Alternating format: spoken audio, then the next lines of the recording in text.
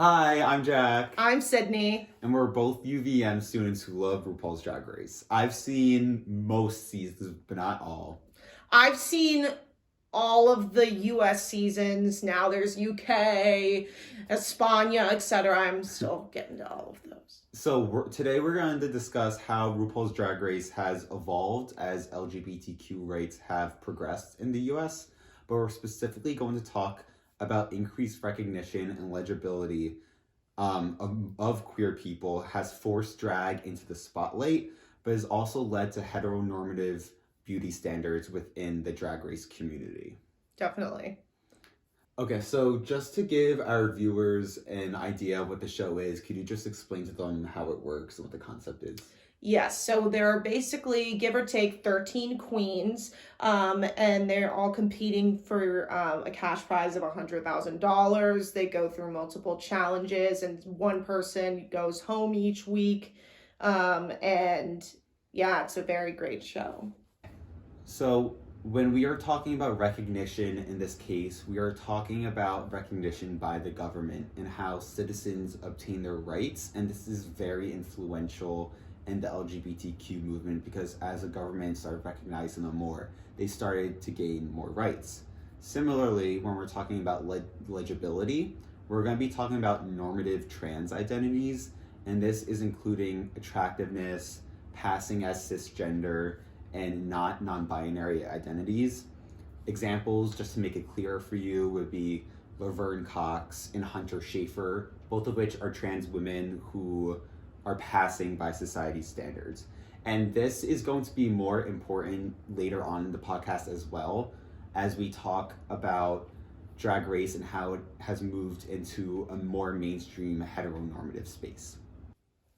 Okay, so now that we have talked about legibility and recognition, do you think you could talk to me a little bit about the queens in the show and how their personalities and types of drag have evolved since the beginning versus now? Yeah.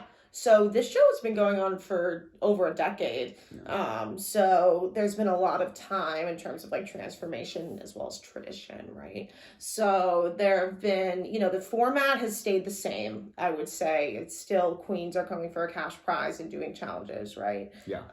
But I would say, the cash prize has gone up from $20,000 to like $100,000, which definitely makes a difference in terms of stakes.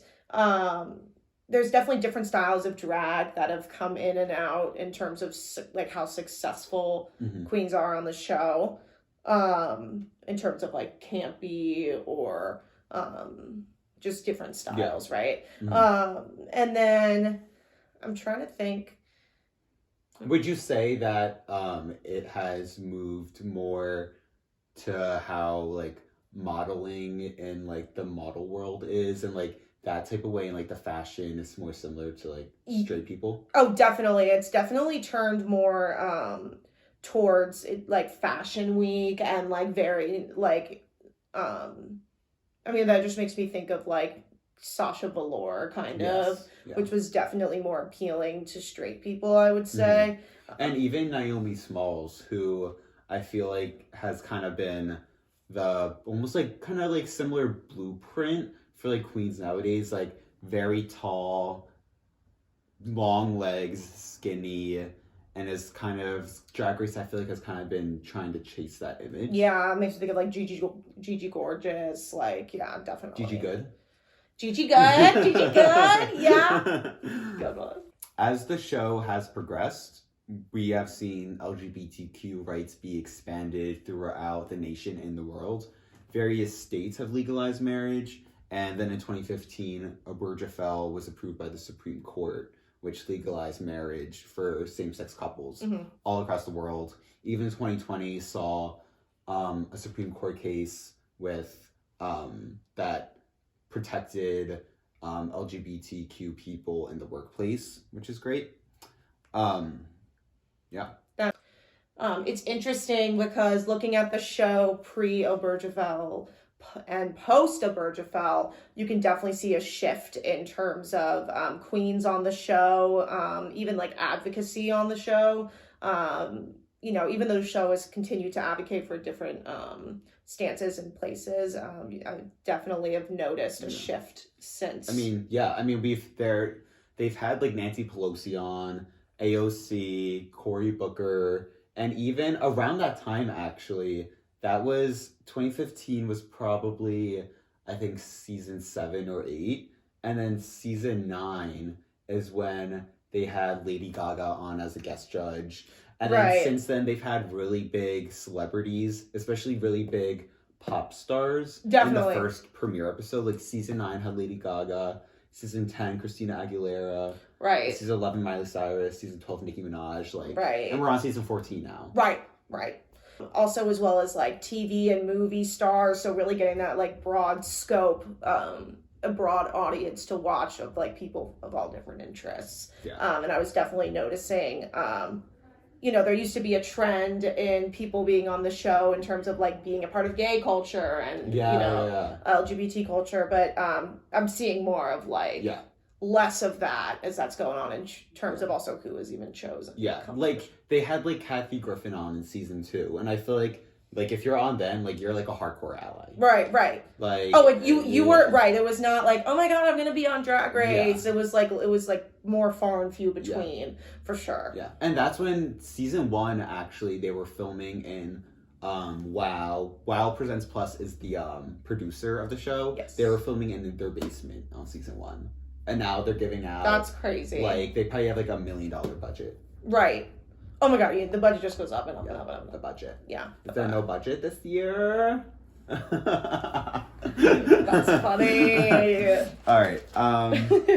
So, as Drag Race has become more popular and the queer community has gotten more rights, what are some, like, good things that have come out of this pertaining to Drag Race? Yeah, so there have definitely been a lot of queens who have kind of been catapulted into like mainstream television, as well as just media such as like Shangela, Bob the Drag Queen, Eureka.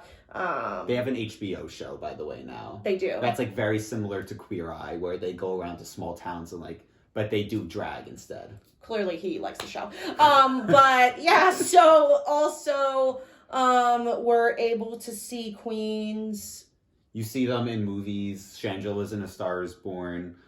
Even the first queen to go home on season 6, Kelly Mantle, she is in Modern Family. Yeah, right, Modern Family. She has little cameos and everything. It's crazy. Yeah. And especially with like streaming platforms for music, like a lot of queens have their own music now. Right.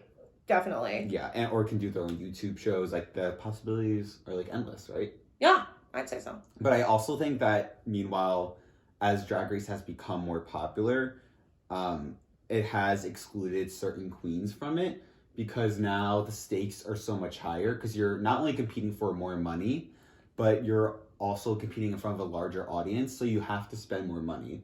Where queens used to go on and spend $1,000, give or take, which is already so much for a drag queen. Oh, totally. Gottmik, for example, who was on season 13, she spent $20,000. And that's like a very more extreme case, but most queens now spend at least $4,000 or $5,000 and up to $20,000. I was gonna say season 14, probably not even. Like it's probably like, I bet Gottmik's isn't even that far off. No, and we still haven't seen like the finale looks. Right. This Friday. Oh, VH1. Yeah. So I feel like we have also seen that a sentiment and attitude that isn't Drag Race's fault, is more just the community in general and general population. But how if you're a drag queen and you're not on Drag Race, then your drag is kind of invalidated, right? Definitely. Yeah. Oh my gosh, yeah. It's definitely hard for people who are kind of like just jumping on the Drag Race train to understand that like there is a world outside of Drag Race. And so then it's like, oh, have you been on Drag Race? Like that's the only like Yeah. I think actually Charlie Hides from season 9, right, all the way back then, didn't lip sync. Yeah, but she even said that like I forget the exact word. She was like, you don't make it until Rue says you do, or something. Yeah, no, but he's not wrong. Like, like in terms of like how it's definitely seen that way, and it shouldn't be that way. But yeah, And something else I've noticed is that there's definitely a perception of how drag queens are supposed to be and look and act on Drag Race. Like, for example, there are bearded queens. Yeah. There are drag kings. Drag kings. There are like cisgender women who do drag as well. Who, right. There was only been one on UK season 3. Right. And she broke her knee in the 3rd episode and left. Right. It was staged. No, but I feel like that we didn't even really get to see that. And so I think that the preconceived idea of like what a drag queen should be to people who don't really like have are like in that culture, like it can be hard for queens that don't fit that mold to like also be seen as valid. Because now that Drag Race is more in this mainstream kind of spotlight and focus, right. They have had to conform to heteronormative beauty standards, which has, like you said, affected Drag Race, the type of queens that get to go on, right, the type of queens that don't get to go on. It's all, and which ones become more popular. Oh, totally. Like, even there's a lot of times when the winners of the season aren't the most popular ones. Right. And a lot of this is judged through magazines and even Instagram followers, which sounds very artificial. Yeah. But it is kind of true. Like Bimini, who was a runner-up on a Drag Race UK season, she's very popular. She has been in Vogue and has like over 900,000 Instagram followers. But Lawrence Chaney, for example, she won that season and she has like 400,000. Right. And I think there's also like an element, this is definitely scratching the surface of racism within the queer community, because similarly, Gigi Goode, a very fashion-oriented queen from season 12, she has 1.3 million Instagram followers, and Jada Essence Hall, who is a Black queen who won the season, right, she doesn't even have 1 million followers. Yeah. And so, I mean, there's a lot of layers that we can dig in with yeah. it, but like, just, there's also that factor. Oh, for sure, we could go on. I mean, and we can see how the issue of legibility and normative trans identities have come in as the show has kind of been expressing gender diversions in a more palatable way, instead of talking about and reinforcing the binary of a man and a woman, whether it's a trans woman or a trans man. Right. And I think that's something that we see very prevalent on the show. Oh, for sure. And I think that this issue kind of speaks volumes, because the show used to be about breaking down gender identities, but now it's kind of reinforcing the same heteronormative ideal stereotypes that we have in our head. Right. And it's even interesting to think about queens who have kind of talked against the show. Like, for example, Carmen Carrera, season 3, who kind of was talking about how some of the terminology that's used on the show, in terms of when it's become mainstream, have been problematic. Like, they used to use the term, like, when Rue would deliver a message, it would come up as like, "You got she-mail." Right. That's not on there anymore. They took that away a couple seasons ago. Right. But it took a while. And also when may the best woman win. Yeah. So like when Rue would announce, before all the queens would do the runways, Rue would say, "May the best woman win." But now it's, to be more accepting after a lot of time, it's more, "May the best drag queen win." Right. And Rue took a very long time to get around to this idea of allowing trans people on the season. Oh. There were a lot. I mean, do you want to talk a little bit about like the history of trans people on the show? Yeah. So the first person to ever come out as trans on the show was Sonique, who later won All Stars as Kylie Sonique Love, and actually came out as trans. And this was season 2, by the way. Season 2, yeah. So this was early, 2010. But there was definitely limited exposure until later in season 6, when Monica Beverly Hills came out, and then there was a huge break then. until Peppermint came out, but people think that season 9, when Peppermint was on there, that Rue didn't even know at the time that she was trans or going to come out. Yeah. Probably not. Yeah. Rue actually has some transphobic history with this, and Rue has done a lot for the LGBTQ community, for drag. Drag would not be this big without Rue. But I just want to get your reaction from this quote that I have right here. I'm scared. So, said that they didn't want trans women on the show with this is 2017, with breast implants or other surgical procedures. And she said on Twitter, it's like how athletes take performance-enhancing drugs and can still compete, but they can't be in the Olympics. Oh my god, that's so messed up. That's so bad. No. And like since then, Rue has, I think it's more the production has allowed more trans people to come on, like, and they even allowed a straight man to come on, but that was a little. That was a little iffy. But yeah, but I mean, openly trans women have come on the show, which is great.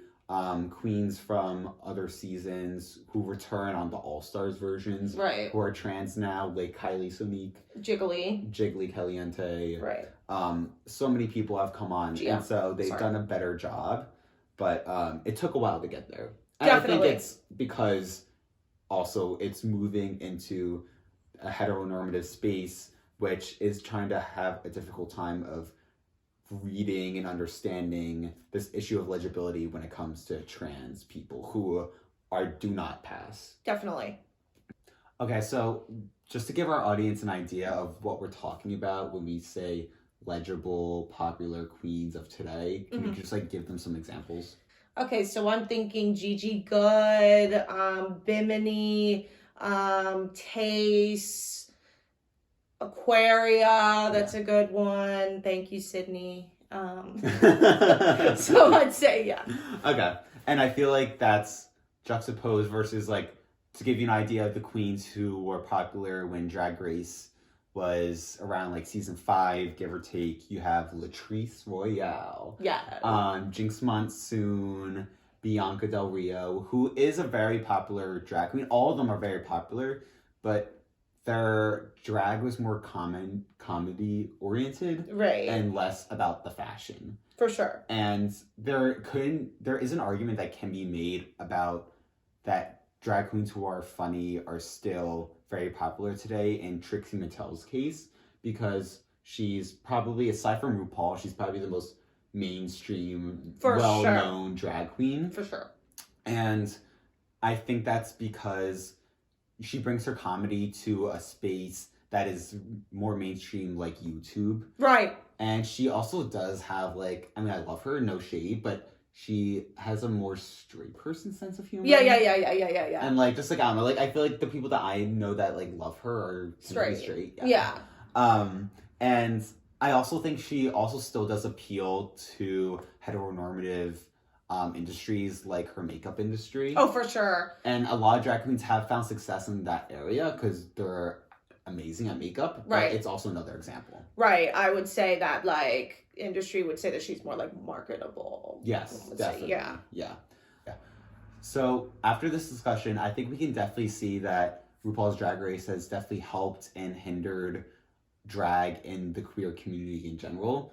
The queer community is moving to the spotlight regardless of Drag Race, and they are bound to pick up heteronormative identities. But I really think that, like, we are seeing that in Drag Race and drag. I think it's a very visible example that we can see. For sure. Definitely. Even looking at just, like, drag queens being in commercials or in, you know, mainstream media, as well as, like, how Drag Race is advertised, and even who sponsors Drag Race, like Smirnoff or Sweet Tarts or all these mainstream companies. So many things, yeah. So many things. Yeah. Okay, so thank you for listening and thank you for joining me. I think it's been a great discussion. We have a good time. We had a good time. I know. A little kiki, talk about Drag Race. Yeah, using some slang. Yeah. That's good. All right, thank you so much. Thank you. Bye. Bye.